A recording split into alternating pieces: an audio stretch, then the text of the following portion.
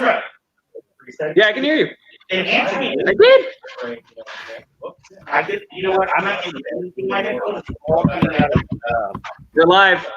What is up? 2 minutes and 20 seconds. What is up, family? I totally apologize. We're doing some last minute technical things here. It is so good to see you. What is going on, Mr. Ezra? Not much, man. How are you? How are you? Pretty well. Glad to be back. As you can see, Mr. Flannel is not here with us today. He is on vacation. Up in what? Northern California? I believe so. I think he's about to head to Oregon. I am. More. I realize we're in Northern California as well.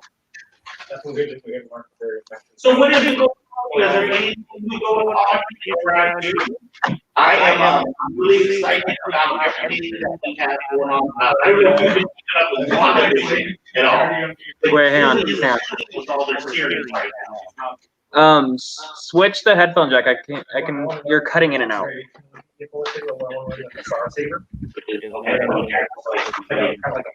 Okay, that's better. That was better. But I'm super excited that we have Don here, our new Saber Sage. I bought a CFX board off him. I'm about to get my first NeoPixel here in a couple of weeks. Yeah.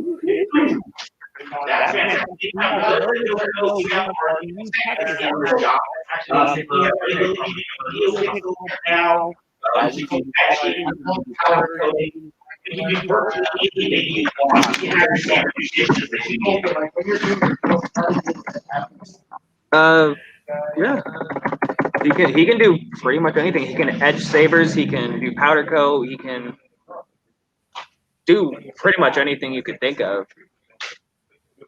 It absolutely is up to your imagination. You can bring us an idea or a drawing, and we can make that happen for you. Speaking of other creative, I want to give a really quick shout out to Mr. Pat Malone at Grateful Photography. He is our sponsor for this show this week. You can check him out at Bay Area Cosplay. I know that's kind of a weird name for a photography studio, but all good names are great. Check him out at Bay Area Cosplay. And actually kind of right now. There we go. He's got a place where you get the food. He's got a way right now where you can actually get packages in all of your budget, or if you ask for and the qualify. So when you want to get approved for your photos, you don't have to go back to your photographer and pay the price that you might with some other. He's going to give you the original raw file of those so that you can just take them away. That's my job, whatever you want.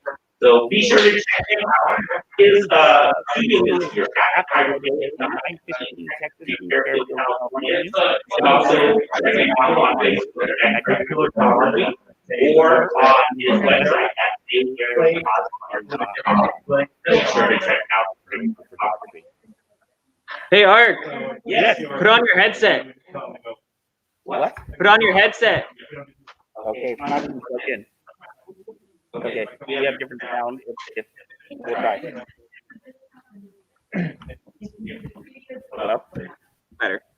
It's really making no difference for me. Yeah, for you. So, hey, I am also excited about, as we have done our new changes, and I was just about to say that. What did Alan just say? Said the audio something? Very similar, but and funny thing. The audio is almost inaudible. Oh, that's terrible. Well, it sounds better now. Alan, does it sound better on your side, or is it just our side? Technical issues. The technical difficulties. So what I wanted to do, actually, it's funny that Alan popped up because we have a brand new segment on the show. We have done about 3 of these. This is our 4th one, and it is called Flow of the Show. So I want to bring on our artist. Our artist tonight, of course, always brought to you by James Kyber, aka Dark Sepulus, who is actually having a competition called Spin Wars going on right now. They're in the judging phases. So you can go to the Dark Sepulus page and find out more. You can watch the competitors. He is doing Spin Wars right now. James Kyber is our producer for this segment, and he has brought us another fantastic show artist. So if Veronica wants to load up Mr. Allen.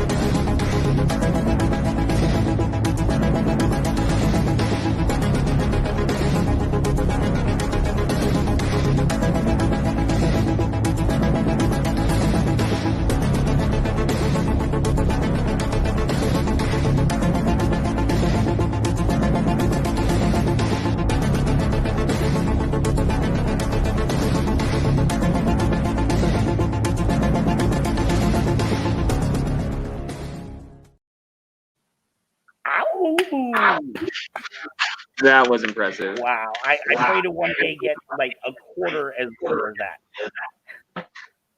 Absolutely. And like I was saying to you off camera, I hope it didn't go out.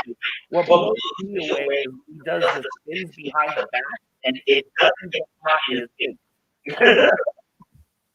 That is very impressive. I can't even do that. I can barely do tricks behind my back without dropping my saber. What's up, Chris? Apparently he wants a hug, Ezra. Oh, it's all love at Kyber. Right. What's up, Veronica? We can hear her. All right, there we go. So we have a very exciting show tonight. And in fact, I kind of want to get right into it. I do apologize for any of the technical difficulties we had in the beginning. I think they're all worked out now, and we should be good to go. Our guest tonight, super excited about this. This gentleman is an actor. You may have seen him in a number of different productions. I'm going to let him talk about some of the stuff he's working on now and what he's got going on. But the thing that may have drawn most of you here tonight is hearing that he was in The Mandalorian. Have you heard of that show, Ezra? I mean, it's a good show. How many people have seen it? I mean, it's not like I've watched it 4 times in a row now. Yes. Our guest tonight is Mr. Dominic Case. He was in episodes 1 and 3 in season 1. He is a bounty hunter named Gecko. So let's bring him on now, Mr. Dominic Pace.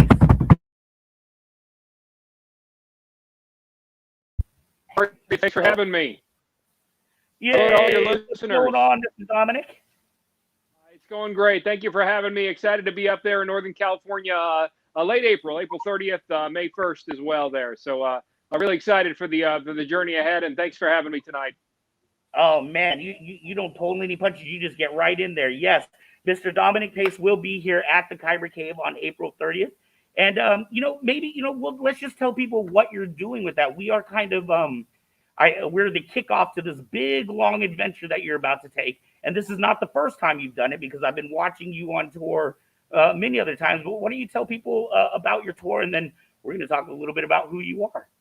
Absolutely. I guess it's a little bit of a smaller parallel to Boba, to where, it started as sort of a small campaign last year in terms of what originally was supposed to happen before COVID was I was just supposed to flank a lot of the A-team of the cast going to the Rhode Island Comic-Con and Colorado Springs Comic-Con, all over the country. Pensacon I managed to get in, and the Vegas Toy Con, even a few places down in South America wanted me. England wanted me, Germany.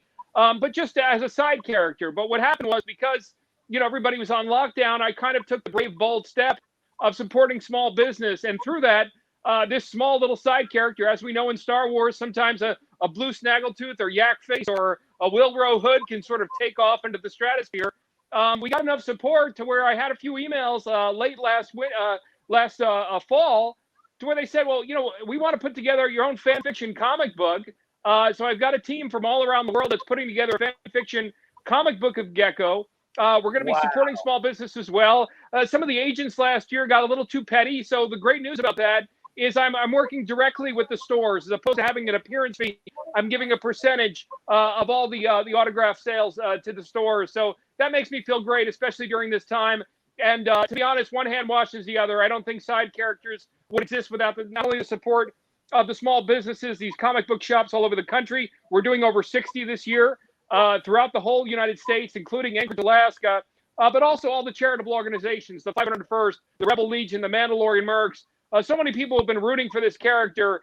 So in a way, I say the whole joke is I don't know necessarily if anyone was able to get 100% behind any presidential campaign last year. But the one thing I hope everyone will stand behind is a bounty hunter campaign. We're here to support small business, and also to have such quite a road trip with my sons, to inspire them to go ahead and get out there and get it themselves. A lot of excuses the last couple of years in terms of who gets this, who gets that. The bottom line, growing up in the 80s, is you got to work for it, and that's hopefully what I'm hoping Gecko will symbolize in many years to come. That's so cool, and we all know the side characters are what makes it, right? It's not just having the Luke action figure and the Vader action figure. You got to have the Ugnaughts and the Jawas and all the people in the cantina as well. Absolutely. Yeah, absolutely. I said the whole joke is, if you had a Walrus Man, you had a Han Solo. If you had a Hammerhead, you had a Princess Leia.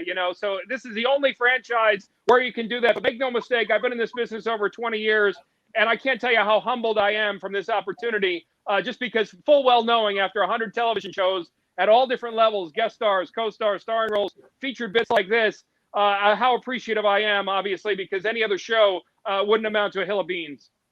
Right. Now, you have been an actor for quite some time. The Mandalorian is not your first show that you've ever worked on. How long have you been acting? How did you get into it? Where did this all begin? Short adrenaline rush. I picked up in high school. I started in my high school musical, Grease, as Danny Zuko. Shortly after, I went to college for 1 year at Marist College in Poughkeepsie, New York. After 1 year, I decided I wanted to become an actor. So I started off Broadway, started studying in New York City. For Love of the Game with Kevin Costner, I ended up having a small featured bit, which took me out here. They invited me out to Los Angeles for 5 days of filming. Starting in 2002, it was a steady diet of co-stars and guest stars on most national crime dramas, everything from Strong Medicine, The District, NYPD Blue. You've got, Navy, NCIS Los Angeles, NCIS, Angel, Bones, General Hospital, Young and the Restless, you name it. A tremendous amount of guest stars and co-stars over the last so many years. Even the B Shark movie, I don't even call it a B Shark, but a C Shark movie, a Megalodon, which I think every actor has to have that one little embarrassed piece, and that was mine. But also starring in a film right now called Anonymous Killers, and that's on Amazon right now, which I'm really proud of. It's getting pretty solid reviews, but also at the same time a lifelong Star Wars fan.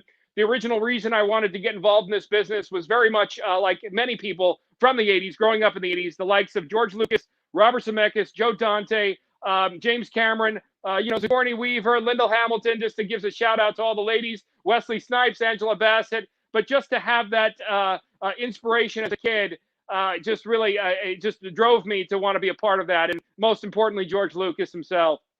Right. And one of the cool things about you, I actually first started talking to you. Okay, so I heard your name through Clint Williams, who's with the group called Imperial Outlanders up here in Northern California. That was when your name first hit my radar, and then I remember I posted something out on our page about the Goonies, and you had responded in, and then you had like pictures of when you had visited, and then you had told me about this amazing thing you do. You sent me to your YouTube page. I thought it was absolutely fantastic. And I wanted to know, are you doing that now while you're doing your tours? Like, if you know that you're in town that happens to be, with a famous set or location, do you go try to check that out? Tell people what that is, because everybody's like, what is he talking about? I just been a lifelong fan of pop culture, not to mention being part of the industry. But I visited over 250 famous movie locations in the United States. I've traveled across country probably about 8 to 10 times by now. And along the way, I've sort of mapped out some of my favorite childhood places. Tulsa, Oklahoma was home to The Outsiders. Chicago was the backyard of John Hughes. Staten Island was The Godfather. The Goonies is up in Oregon. Stand By Me's in Oregon. You've got Martha's Vineyard out there. You've got the legendary Jaws. So I visit a few famous locations all over the country. I've sort of have it memorized, all my favorite spots. Florida, we might hit a couple. The golf course from Caddyshack, I always wanted to visit, as well as Edward Scissorhands. The neighborhood from Edward Scissorhands is also there as well. This year, we're going to gear it a little more towards history for my kids. We're going to revisit Springfield, the home of Lincoln. And also, I'm starting to read the journals of Lewis and Clark. So we've got a couple of stops along the way to sort of trace their steps, everything from St. Charles, Missouri, all the way up to Bismarck, North Dakota, where they spent their first winter. And then starting to get into, I'm a late bloomer with country music, but starting to get into country music. We're going to go to Nashville, visit the Johnny Cash Museum, as well as Johnny Cash and June Carter's grave this time around. A little bit of Revolutionary War history over in Lexington, Concord in Massachusetts. And then also over in Virginia, I want to visit Fredericksburg this time. So I've been a big pop culture fan, but also history buff, and not to mention baseball stadiums as well. We have 4 Major League Baseball stadiums out of the 30 left as well. Wow! So you were just touring everything, and how fantastic! Like I've watched a lot of when you were doing the tour, I guess last year or however long ago that was, and you had your sons out with you, or at least one of your sons. I just kept thinking, like, how cool to be able to take your son on this adventure, for so many different aspects, not just because it's a fun Star Wars tour, but, getting to see the country and learn about the history of each of the places. That's going to be an amazing experience for you. Without question, 2 amazing sons, very humble and grateful, 15 and 12 years old. And I'm going to make the announcement before I launch there in April, but I'll say it now. For me, I'm that old song, chicken fried. That's me. I can eat a Subway sandwich and drive my Nissan the rest of my life. But this campaign is not only for small business, but it's for my son, my older son. He's a straight A student, goes to one of the most accredited schools in Los Angeles, and I really want to say for his college education. Hopefully, take care of his entire college education by the end of this 60-day tour. So I'm bringing him along, but also a lesson in life to him, that you have to go out, you have to work for it. I don't know if you know the story, but there was 25 second-team bounty hunters in episode 1 and 3, and only one stood up, and only one took the opportunity to make something of it. And that's what I want to teach my kids. Again, there's been a lot of excuses, in my opinion, the last couple of years. Some have had merit, some don't. I believe the bottom line for all Americans is you have to get out there and you have to make your own name. And that's what I'm showing my sons by example, not to mention some priceless father-son time. Right, and from one father to another, that is just absolutely incredible to me. I used to do spoken word poetry, and when my son was younger, and I used to take him, to our performances. So he got to see the stage from an early age. So I know what kind of a bonding that can be. That's absolutely incredible. And how is it like for you to have met all these people? Now thousands of people all over the country. They know their character Gecko. How has that been for you? Absolutely amazing. I know, there's a lot of talk of the toxic fan base. I think I've had maybe one hater from Salt Lake City. That's about it. But other than that, everyone has been absolutely amazing, welcoming with open arms, and really just supportive of the character. If you look behind me, part of the work is also Clint Williams, who actually made my blaster from scratch. But all of these figures, I've got everything from a custom Funko Pop with the carding, with the card, the box. And then you also have vintage Star Wars figures of Gecko. I've got mini figures from Indiana, the vintage figures from Maryland. I've got pins from Vancouver. It's just amazing, the outpouring of support. I think it says also a lot about a lot of the A-listers. I think many of them have been sort of out of touch with the fan base. And I think being a fan myself has been able to sort of resonate within the Star Wars community. And I just cannot tell you how humble and grateful I am for everybody, especially on this journey next year. I'm sorry, this summer. Right, right. And how was that for? I mean, so you said that you were a Star Wars fan as a child. How did you walk into getting this role as Gecko? Well, I'm a blue collar actor, and if you look at my IMDb, I mean, it ranges from guest stars to a couple lines on television to also doing prosthetics. If you go down to looking at cast and crew, I doubled and I stood in for Frankenstein on Van Helsing, which required prosthetics. I was also Oh in wow. Bright. I was one of the orcs. I was in Agents of Shield, one of the Kree, and then also played a guard in another one.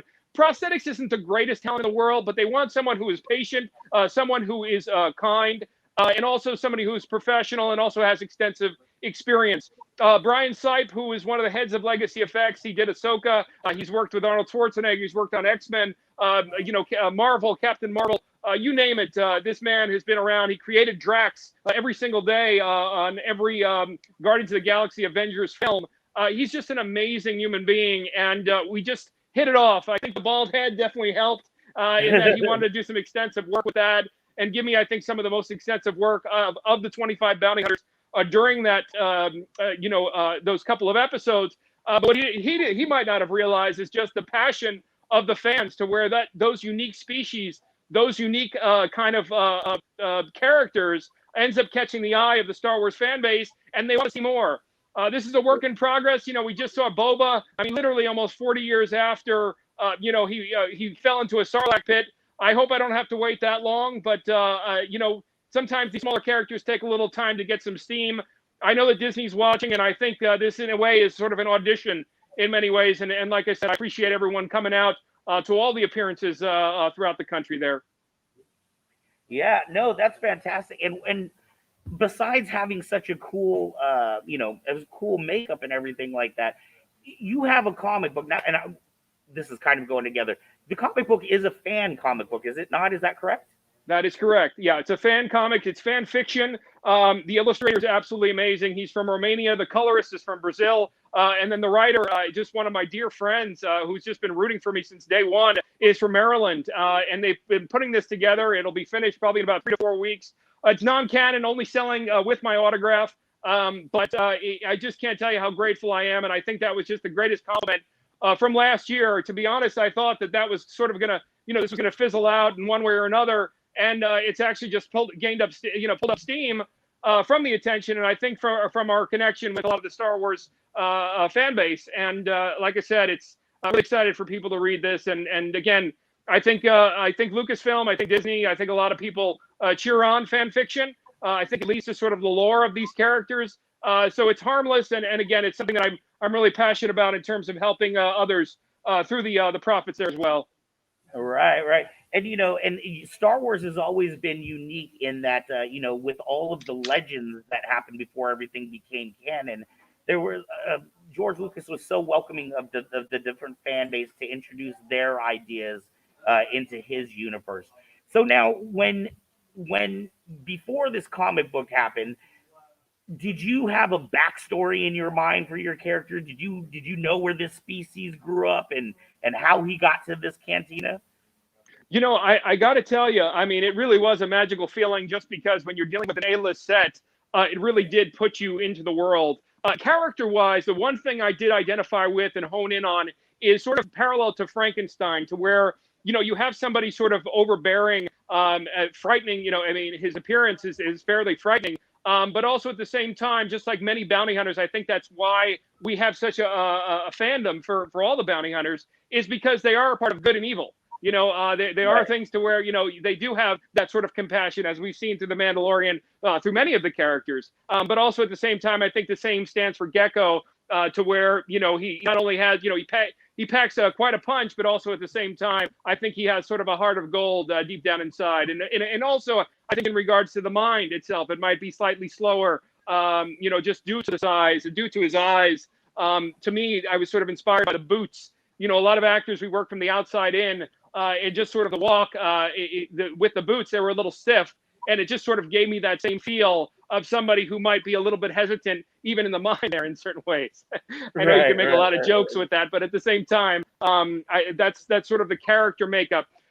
They are going to focus on a planet that the writer is just very passionate about. He comes from the planet Charadon. I believe it's listed on my Wikipedia, and also that is his species. I make no mistake, it is a one-of-a-kind species. I know this for a fact, as I specifically had to ask for the prosthetic to be altered, just because originally the reason the nickname was Gecko was because there were 2 bumps. And I just said that, I said, if anything, I said, if you can make them horns, make them a little more intimidating. Right. But the paint structure was inspired by another project that Brian was working on.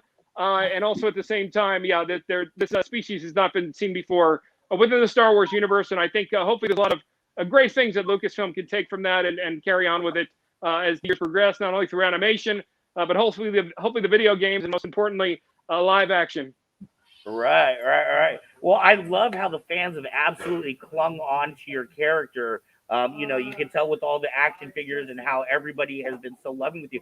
And on that same note, you have really gone out of your way. I know I've seen you do shout outs to like the 501st and Rebel Legion, a lot of charity things.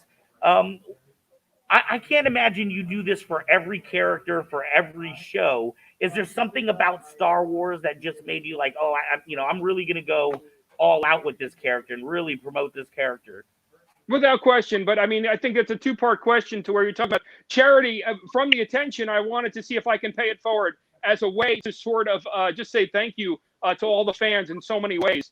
But also just at the same time, the reason I wanted to be a part of this industry was because of the science fiction. It's great to play the cops. It's great to play mob guys, but also at the same time, growing up, being in that theater, what moved me the most was the science fiction. Everything from Spielberg to Lucas, and again, to Zemeckis there as well.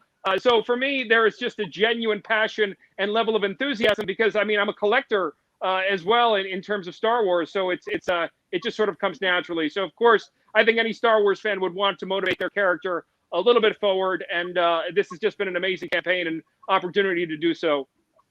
Right. Now, your boys, did your boys always grow up Star Wars fans as well, or did they get into it as you became this famous character? They enjoy it. They're not completely 100% passionate. My 15-year-old's actually into anime. And then my 12-year-old is really passionate with baseball. He plays in a spring league as well as a fall league. But they will come with me to the theaters. We watch the sequel trilogy together. We watch the prequels together, original trilogy. But they're not. I wouldn't go to the point of saying that it's diehard. Just in regards to watching every Clone War episode or Rebels episode there. But they enjoy it. And they've been cheering me on since day one. And like I said, the road trips itself, especially during COVID, it breaks my heart that they sort of lost out in many ways in high school and elementary school, just like so many kids across the country, that this is kind of my way to compensate and give them almost literally 15 to 20 vacations within the matter of 2 months. We're going at a very fast clip. And you're going to comic book shops and toy stores. So what better place for kids to go than that? Absolutely, and some great ones along the way. It's been it was amazing last year, and we're excited to double that number this year throughout almost all 50 states. Wow, that is absolutely amazing. I know you were doing to let some people know, and we're gonna at the end of this we're gonna talk about where people can get more information. But you do have a schedule, I think, on your personal page that shows the cities that you're going to be in, correct? That's correct. If you go to Lair of the Gecko, also my personal page, Dominic Pace, as well as Instagram, Dominic Pace 1. Gecko the Hunter on Twitter is where you can also follow. But yeah, everything as far west as LA, Anchorage, as far east as Boston, southeast of Corpus Christi, and also Miami, and as far north as Bismarck, North Dakota. So all over the country there, and really looking forward. I know the 501st is excited. It's kind of a way to sort of rile them up because I know there has been limited amounts of events, but it's a great way to get involved also with their charitable causes. We managed to raise money for the Peter Mayhew Foundation on the last tour, along with Make-A-Wish Foundation, as well as the Aflac Cancer Research. So I'm very close with a lot of the CEOs from the 501st, and I look forward to donating a lot of autographs and product for their causes this year as well. Wow, that is absolutely amazing, and thank you for doing that for those organizations. I love the good work that the 501st and Rebel Legion and the Mando Mercs, of course, do. We actually had an interview with the founder of the Mando Mercs on this show earlier. Oh, great! Yeah. Now, so I know with us, we here at Kyber Cave, we are a saber store. We sell sabers, we repair sabers. But with us, there's always a fine line. In fact, when you first walk in our door, it says that we are not affiliated with Disney or with Lucasfilm. When you are doing these kinds of tours where you're promoting your own book or things like that, is there a fine line that you have to walk? Like, do you have to call somebody and get permission to do certain things, or? Well, I think there's something to be said in regards to fan art. And the other thing is specifically with this comic of selling my autograph and not the book itself. But also the way that the writers are writing this is there is no Darth Vader or Boba Fett, that kind of thing. So yes, we are walking that line in regards to sort of a generic story that focuses specifically on Gecko. Gecko is not specifically trademarked, so that's the other positive thing. But also at the same time, including with the figures and Beskar and things like that, the sales specifically are from the autograph and not from the product itself. So yes. Right. What was it like? I personally, I had told you that before owning the Saber store, I was a teacher, but I also did a lot of poetry and shows and stuff like that.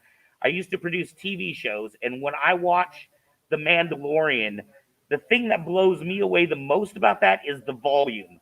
I can't imagine what it's like as somebody who has directed commercials and TV shows. I cannot imagine what it would be like to be in a room where you can literally control the lighting to a T and move things around.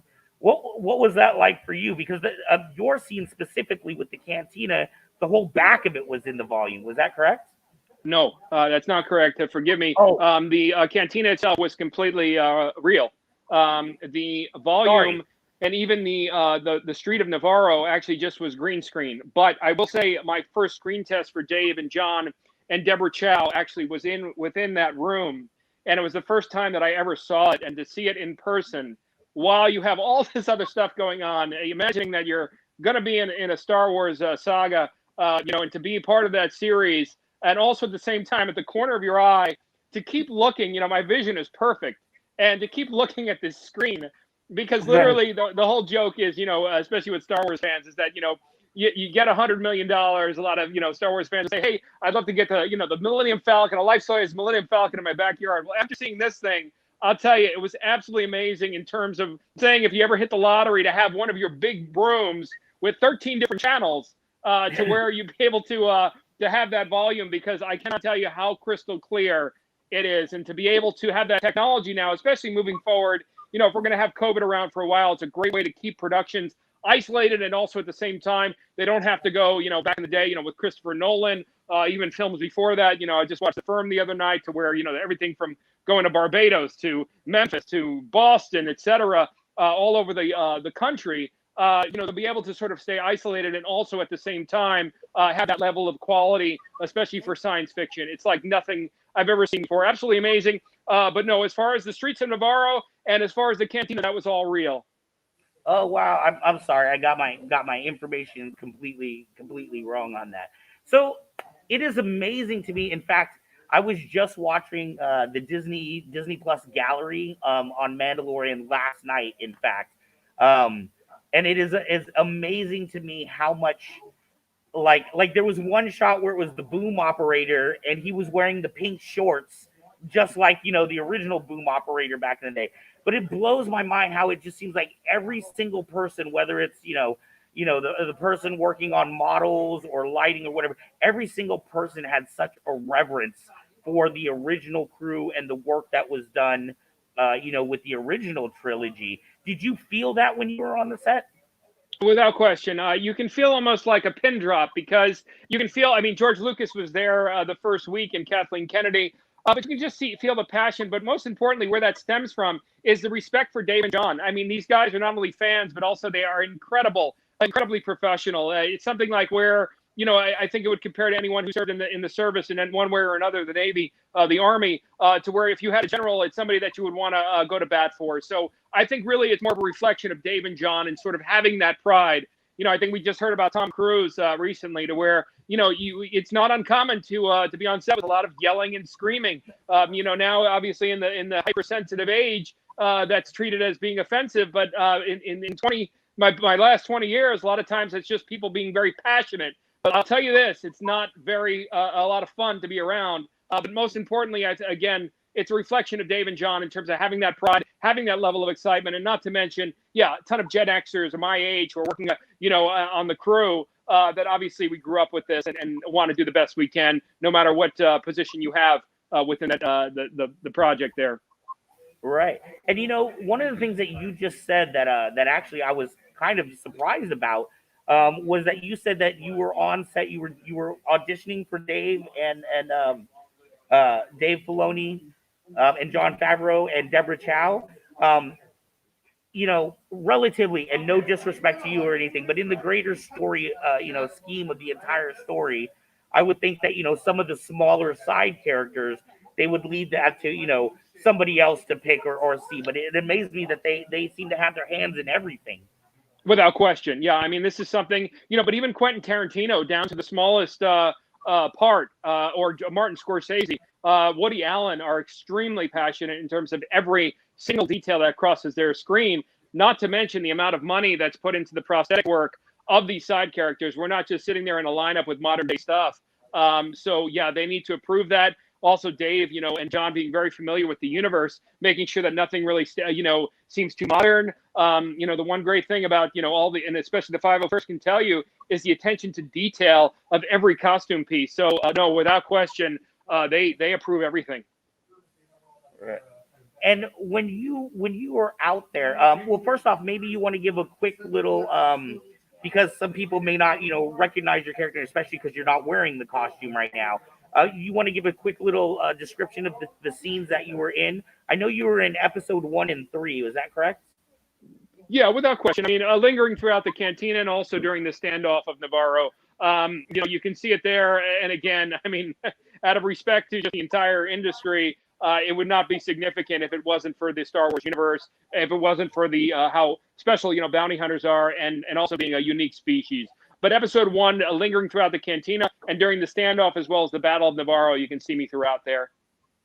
Are you doing? That's the one where the Mandos are jumping over the wall and helping out Din Djarin, correct? That's correct. Yeah, and I was flanking Grief Karga the entire time. Yeah. Okay, so you had actual battle scenes, like you weren't just standing there. Is that correct? Oh yeah, no, yeah, yeah. We got now, how was that with all this prosthetics on? Yeah, it was great. I mean, the thing is just I think being a fan, and I think any Star Wars fan, man or woman, could relate. The adrenaline rush, I just didn't feel the heat. I didn't feel the pain. I fell a few times. I mean, it was a staged fall, but there was just things where, you won't feel them. It's like Rudy Rudiger getting on the Notre Dame field for the first time. So you need, so yeah. So it's really something that's. It was just an amazing experience those whole weeks. Forgive me, I'm just reading some of the questions here people are putting up there. Yeah. Right. And so you do quite a few different actions. So action movies and that sort of thing, that's not necessarily new for you, is it? No, we've had stunts on NCISLA. We've had it on Prison Break, as well as Rizzolian Isles, General Hospital, and also the the now infamous Megalodon. I didn't know what I was signing up for. I never watched the Sharknado film, so I just they said Asylum. I said, all right, yeah, I'll do it, and not realizing what a freaking joke. But yeah, a handful of stunts. There was also a great film I did with Doug Jones and Brent Spiner. It's on Amazon. It's called The Midnight Man. I'm billed, I believe, 8th or 9th in that, and we've got a few stunts with Will Kemp, who I originally met with Hugh Jackman on Van Helsing there, and also Brian Sipe, who did my makeup there on on Van Helsing. Yeah, 2002. Wow. So you really kind of, it seems, especially in your work, then there's a lot of people that you just keep bumping back into.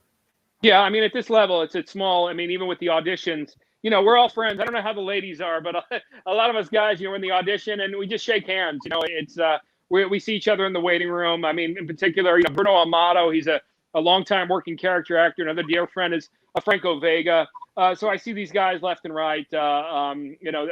PJ Marino is another one. So a lot of guys at the mid-level where we work often on a lot of the TV shows. But yeah, the cream gets higher at the top, and it's a sort of a very small little clique there. And especially once you get to the next level, it's even smaller there. So you definitely have to watch your step and watch what you say. But ultimately, I've enjoyed it, and we'll see. Like I said, where this Star Wars saga goes, but ultimately, at some point, it would be nice to move out with the family to some of the more rural areas. One great part of the tour is just really enjoying the real people throughout the country, and that's something that I certainly crave as I've been getting older now.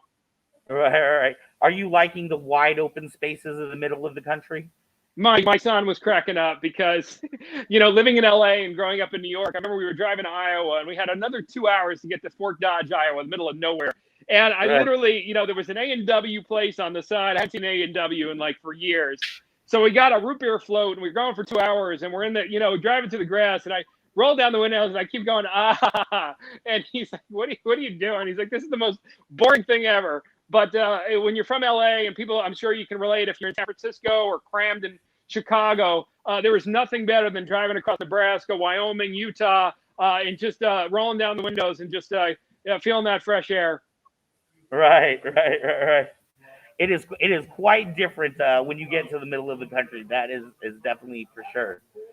So one of the interesting things about Mandalorian specifically, Bill Burr is a great example, but I like how they'll bring characters back, people that you don't really necessarily expect to see come back. Do you think there's much of a chance that that Gecko is going to be coming back, or how would that process work? Would they call you and say, "Hey, people are loving you. We need you in season 3"? Yeah, I can't say 100%, but I've been asked questions from production regarding another character. But ultimately, this is the campaign. I hate to mimic Trump, but I always say this is a campaign that no one's ever necessarily seen before in the Star Wars universe. You're either planted where you have your figure, you have your character, or you just kind of drift off into the middle, into oblivion. But Gecko is sort of lingoing. He's sort of in purgatory in many ways. But at the same time, I go to Elijah Wood, to where he was campaigning for Lord of the Rings, and he went up into the hills, close by where I live, to film. He put on the prosthetics, etc. I wouldn't go as far to do a Brie Larson with a photo shoot, but the campaign and the attention, make no mistake, especially last year, being covered by NBC, being given the key to the city in Tennessee, and also Sioux City, Iowa, named July 19th, Dominic Pace Gecko Day. They're paying attention. I think they're appreciative of what's going on right now. And again, one thing starting off in this industry 20 years ago is that you can't expect anything. Jeffrey Tambor had some great advice. You always say, if I was given the opportunity, this is how I would do it. This is what I would give. And that's what I'm doing with Gecko. That's what you're going to see this year. That's what you saw last year. And at the end of the day, this town owes me nothing. I hate to say it, this town owes no one anything. It's the directors and producers' choice, but it's all of our responsibilities. If it's something that you're passionate about, to go out there, put yourself out there, and you never know what's going to happen. So again, to quote Trump, this is something to the likes of which no one has ever seen before, but I'm very confident in terms of the campaign. Right. Well, I absolutely love what you're doing. I think it's why so many fans have gravitated towards you. You are in a very unique position where you have this character and the ability, and you're really taking it out there. And on top of that, I personally love how you have taken it a step farther. It's not just about meeting the fans and the community, but you've done this as a way to help small businesses. I know my shop, with Corona, we are a very social type business. So when we had to shut down and everything, it definitely had a huge impact. So the fact that you're going around to all these small businesses and trying to help them bring people in the doors, I think that's absolutely fantastic. We hear so many times, especially in today's news, it's so easy to hear about, the stock market and those hedge fund guys, and they're doing all these evil, but it's nice to hear someone that is using the system to actually help the people, and not just in your community. You're going across the entire country a couple of times, helping many communities. I think, make no mistake, the one great thing is the cards are all on the table for the entire fan base as well as the small businesses. And I can't be clear enough, and thank God I don't think any fan has dinged me for this, is that we literally are a side character. And the one thing, again, I can't emphasize enough is that would never be possible without the support of the small businesses, without the support of all of the charitable organizations, as well as the Star Wars fan base. So I am forever grateful. I don't charge, just so you know, I don't charge for selfies for that reason. Everyone who comes kitted up, I don't even charge for a print. The comic, is a different story, but I don't even charge for a photo for those of the members of the 501st as a way of saying thank you. There's something on called Cameo, to where celebrities will, give videos. They charge money. I do them for free for so many fans. I'm going to offer that again on May 4th. It is just, I can't stress enough the fact that this would not exist at all without the support of everyone. And I never want to make it anything more than what it is until it is going to be hopefully something bigger. And then at that point, again, we'll be forever grateful and hopefully immortalized in a stronger level within the Star Wars universe. All right. Well, I'm waiting for Gecko to come back in future seasons, and maybe even in some of these other crossover projects as well. Is there anything that you want to let people know about? We're going to get ready and be wrapping up this segment here in a second.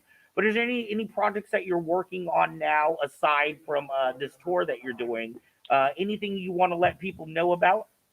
Just starring in the film Anonymous Killers, which released about 3 months ago on Amazon. I think it's a great sociological thriller. It sort of explores the social structure of our system right now. And one thing I love is that it's sort of subjective. So it doesn't matter if you're left or right. You'll go away with your own opinion. Right now, the biggest talk right now, we all have our very passionate opinions in regards to that word privilege, in regards to criminal behavior. Is it my fault? Or is it the fault of the system? But I'll tell you, a lot of films, you just kind of put out there and it's just kind of meat and potatoes. It's really, nothing. It's just a sort of a paycheck. But this one has a little bit of depth to it. And I feel like Hollywood needs a little bit more of that right now due to everything being so politically correct with cancel culture and everything else. This one really sort of goes there. So people have the opportunity. Definitely check that out. But more importantly, I hope to see you guys on the road. And again, it's feel free to reach out on social media. Dominic Pace, you can find either on Facebook, Twitter, or Instagram there, and always appreciate everyone's support. Wonderful. And for those that may or may not know, I will be putting out an event page and we'll be doing lots of advertising, especially leading up to the event. But Dominic Pace will be here at Kyber Cave. I feel like I actually was talking to Dominic and I looked at his calendar and I was like, well, what about the day before you start? Can we get you there? So we jumped in and we are the beginning of the tour. And that's for May 4th weekend too. So yeah. I'm looking at some of the questions there. Somebody said about 501st. Yes, they are working on a Gecko CRL. And yes, screw cancel culture. I agree with you wholeheartedly. I miss the 80s films. I miss the 90s films to where, again, I don't care if it's Spike Lee. I don't care if I don't agree with you, if it's Ava DuVernay or if it's Clint Eastwood. I feel like everyone's voice needs to be out there. We cannot have cancel culture in Hollywood, within the media. I think everyone's voice needs to be heard, whether we agree with it or not. Because that really makes America great, in my opinion, in so many ways. Right, and we are also part of helping to promote with the Lightspeed Saber Union, the Rose Tico Saber, and that is anti-bullying in the Star Wars community. They're making a lightsaber for her in honor to show her that not everybody is toxic. Absolutely unacceptable. Again, we can all have our opinions regarding, Star Wars and some of the episodes. Some of us are passionate about one or passionate about the other, but to attack anyone, especially a specific actor just for performing, absolutely unacceptable. Exactly. Well, it has been an absolute pleasure to talk with you, Mr. Pace, Mr. Dominic. We are going to have you here April 30th. We're going to have a great event, and I kind of want to do it. I want to do it con panel style, like where I have you up here and just telling some of your experiences, talking to a room. And hopefully we can all gather together by then. We'll have to see how that works, but we're going to have you here regardless. I look forward to it, and then we'll also be at Green Machine Comics in Newark, California. That's Saturday, May 1st, and then Santa Clarita. I'm actually helping out a small business that is a paintball business, Max Impact, which will be a lot of fun. They're actually creating the Gecko blaster because the back of his blaster is actually a paintball canister. So we're doing that and also going to support him as well. So it should be a really fun weekend all up and down the coast. And I really look forward to being with you guys out there. Excellent. Thank you so much, Dominic. Thank you for being with us tonight. We will see you here in about 2 months. Please stay safe with your boys and have a terrific time. And we will see you soon. Have a great evening. Thanks, guys. Have a great night. Thank you. Take it easy. All right. Oh, where's Ezra at? Did he leave? Oh, there he is. No. You moved to a secret location. I disappeared. That was absolutely fantastic. I'm so excited to have Dominic Pace here at Kyber Cave. I can't wait, man. That's going to be so fun. We're gonna have some kind of a con. Before that, I'm hoping to get a Spider-Verse out of the way before we have that one. SpiderCon's gonna be amazing. I can't wait to actually not get harassed by police walking up and down the street in a full black Spider Noir suit. Well, you know what? Everybody's masking nowadays, anyways, right? So I don't really see what the difference That's is. the point. Thank you, thank you. I assume that's James. That's a great interview. Thank you so much. Yeah.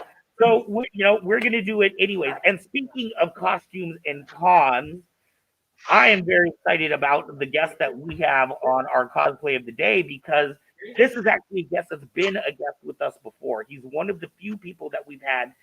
This is the second appearance.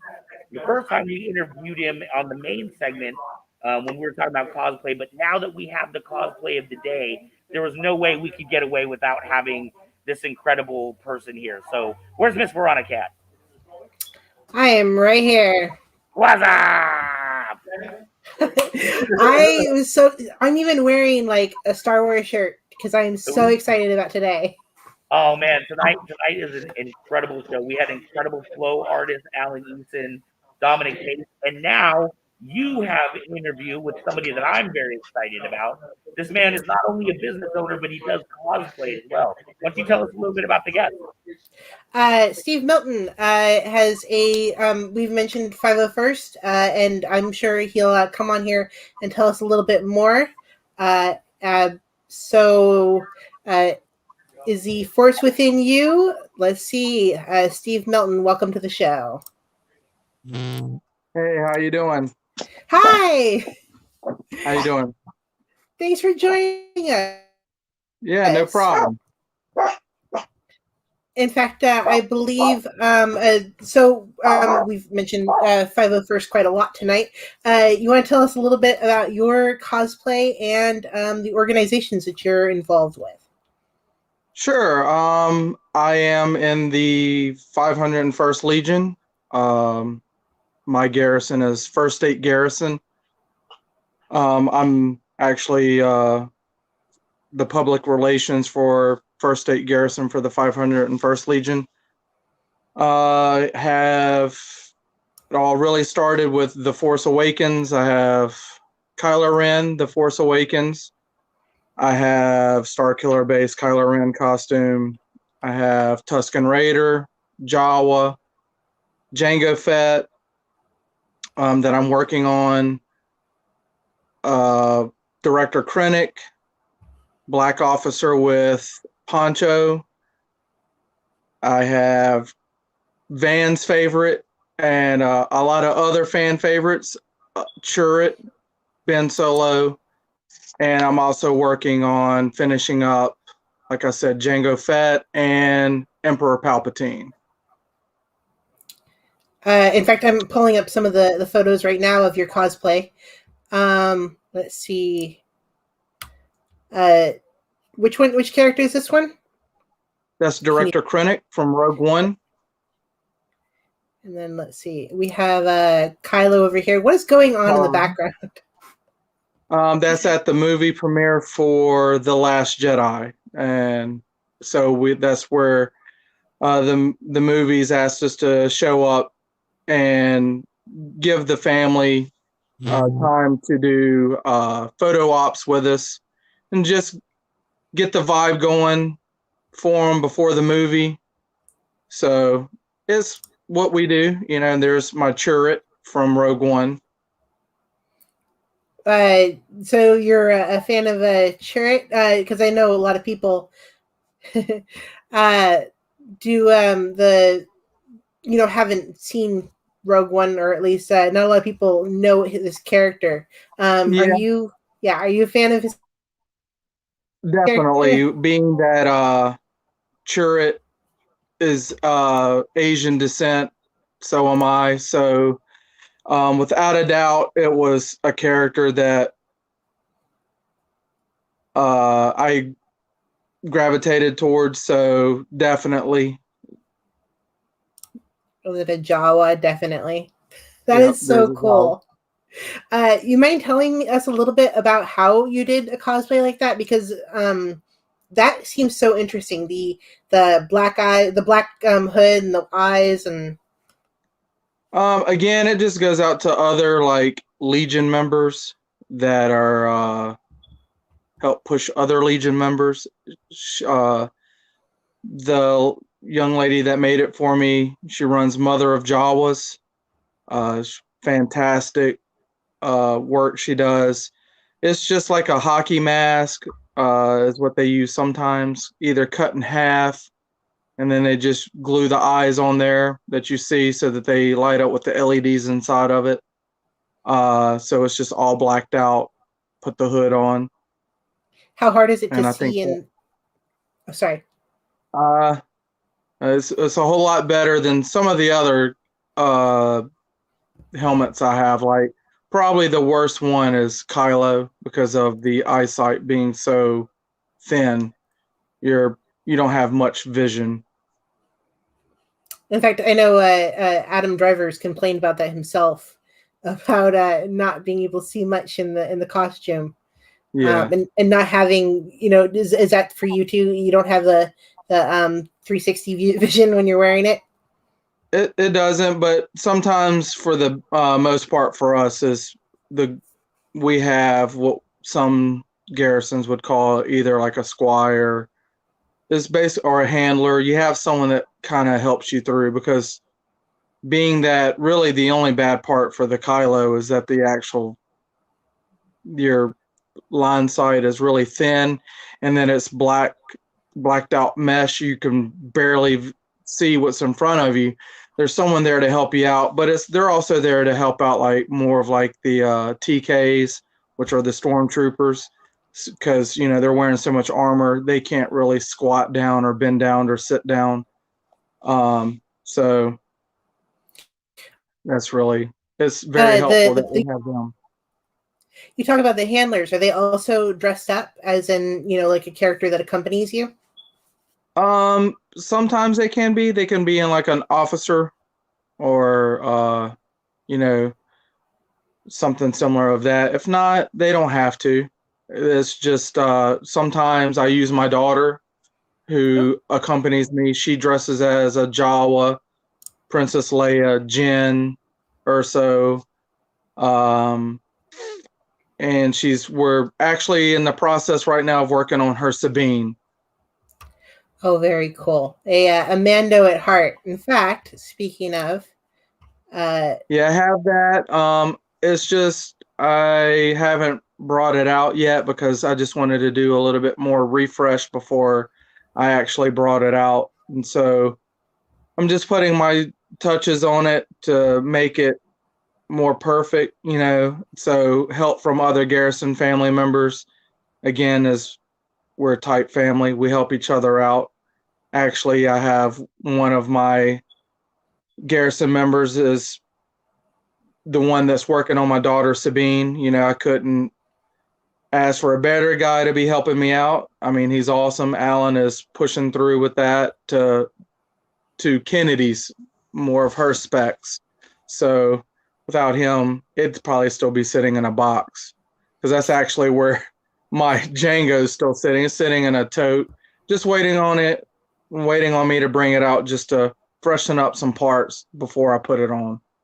I'm sure everybody's waiting to get back in their buckets for COVID to be over and start trooping again. Your daughter, is it sort of a multi-generational thing? Does she want to get involved with 501st as well? Yeah, so she still has a few more years. So when she does become the age of, we're painting it. Everything we're doing now would be as if is to be approved, because I want her to learn that, like, it's a tough road. It's not hard to get into the Legion. It's just, some people would say that it's a tough road. So with that being said, I want her to understand that, like, if you're going to do it, we're going to do it right the first time. And that way you have that sigh of relief at the end that you've accomplished something at the end. with help from friends, and you know, she even helped a little bit when we first dropped off the kit. I made her put in some work too. Well, I know because 501st Skitailed is a very hard, and they insist on quality because they do things. What have you done with the 501st that's kind of sticks out for you? I'm just extremely passionate about just showing up at any troop. I just love trooping. I just love to see adults and kids alike just happy to see characters that they normally see on screen, and being, you know, just the love for what we do, Star Wars. That's what it's all for, and that's what it's really about. I mean, if there was a troop tomorrow, I would sign up for it and go. No, you know, no questions asked. I just enjoy putting on the costumes and just making people happy. Like that, there is Storm Shadow from G.I. Joe, which I just got a little bit more tweaking to do. Actually, just one thing, and then it will be approved for the costume club for G.I. Joe, which is called The Finest, which is another great costume club, where it's for a great cause, money for wounded veterans or canines for veterans and everything alike. So each and everything we do, like whether it's for the 501st Legion or the Finest, has a great cause. So again, I relate really well with Storm Shadow because again, he's Asian, I'm Asian, so of course it was without a doubt do Storm Shadow. And also, you're a business owner, so can you tell us a little bit about that?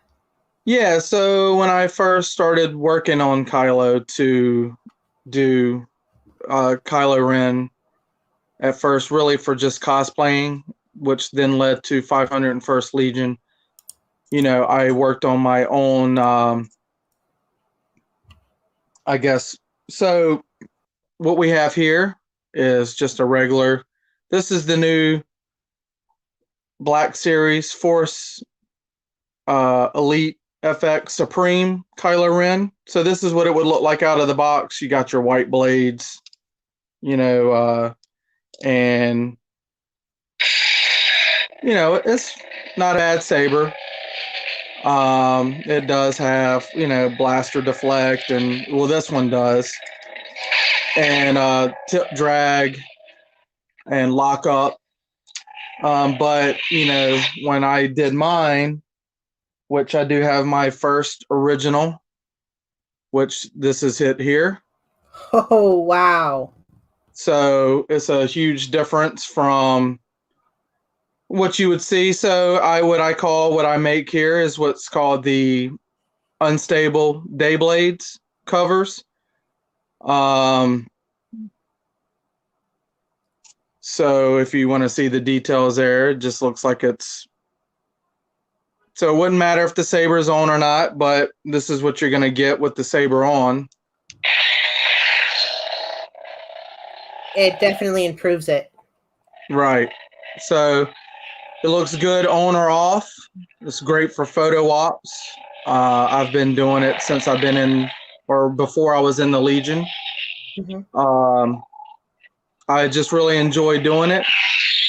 I can do other stuff, but like, again, this saber here is actually one that a customer sent to me that I'm doing. And so it will look like, so let's see if we can't get a side by side. So those are both Kylo, both of them. These are both Kylo Ren lightsabers. I also do other sabers. I get customers from all over that I've done Vaders. I've actually done a Darth Vader.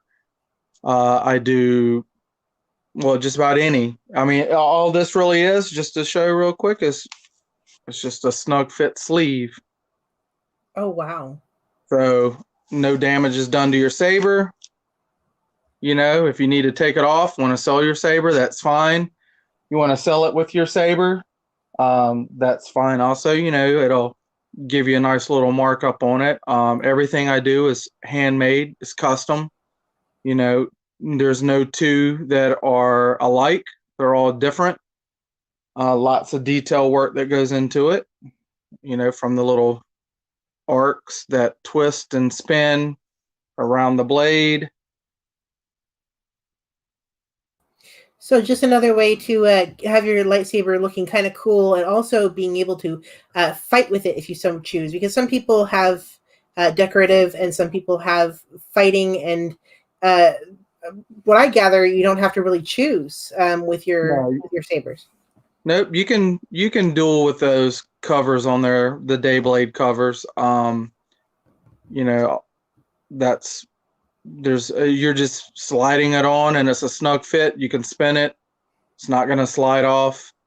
I normally, you know, do some of Kylo's moves from the movies as I'm walking around at a troop. So, I've, you know, you can.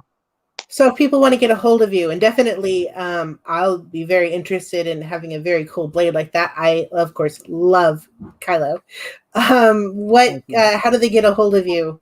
They can PM me, private message me through my own personal Facebook. There is a First Order Customs is the name of the business.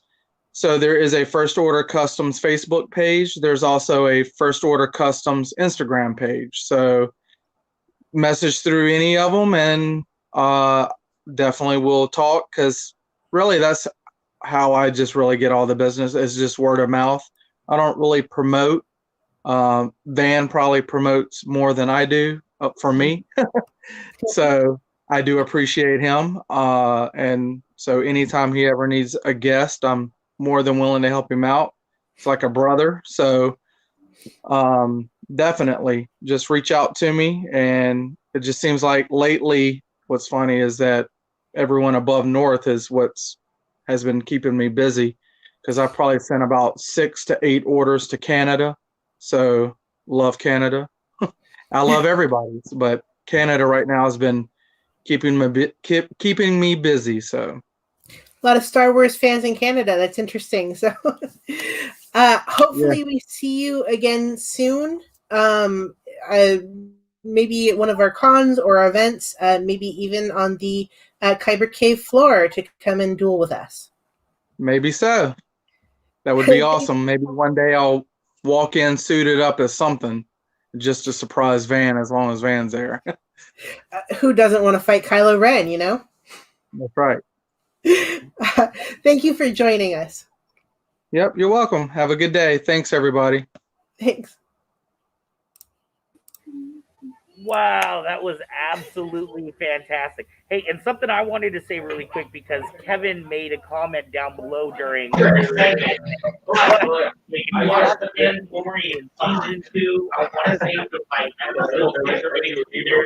to say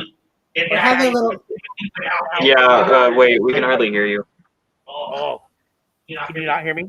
It was like cutting out every other word. Okay, but there is in the Star Wars universe in Mandalorian season 2. So it is over.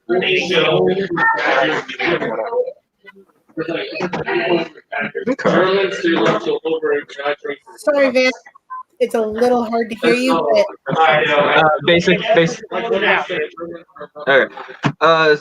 So basic rundown of what he was saying was there is a lot of graffiti in there. If you watch the behind, I don't remember what this thing was called, but it was basically the behind the scenes of Mandalorian. You can see all the graffiti on it. They show you the graffiti. And without even watching it, I noticed it. I have didn't watch it at all. So, but I suspect that Sabine Wren is the one that did all the graffiti in there.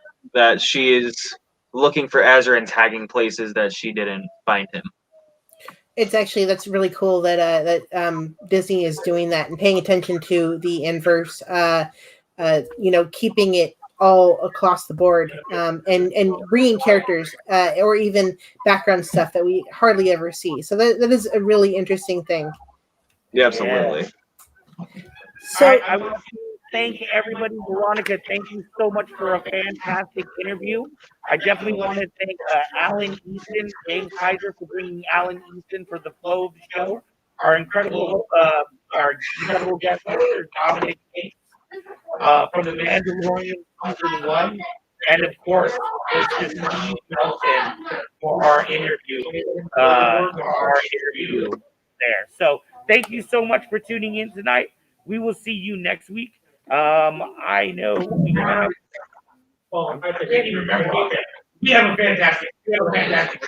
I'm not ever. And Ezra, I think you're going to be back with us again next week as well. I will be back with you guys again next week. It'll be my third show, so I'm happy. Okay. All right. Thank you, everybody, for tuning in. I hope you guys have a fantastic and safe week, and we will see you next Friday night. Peace. See you guys soon. Bye bye.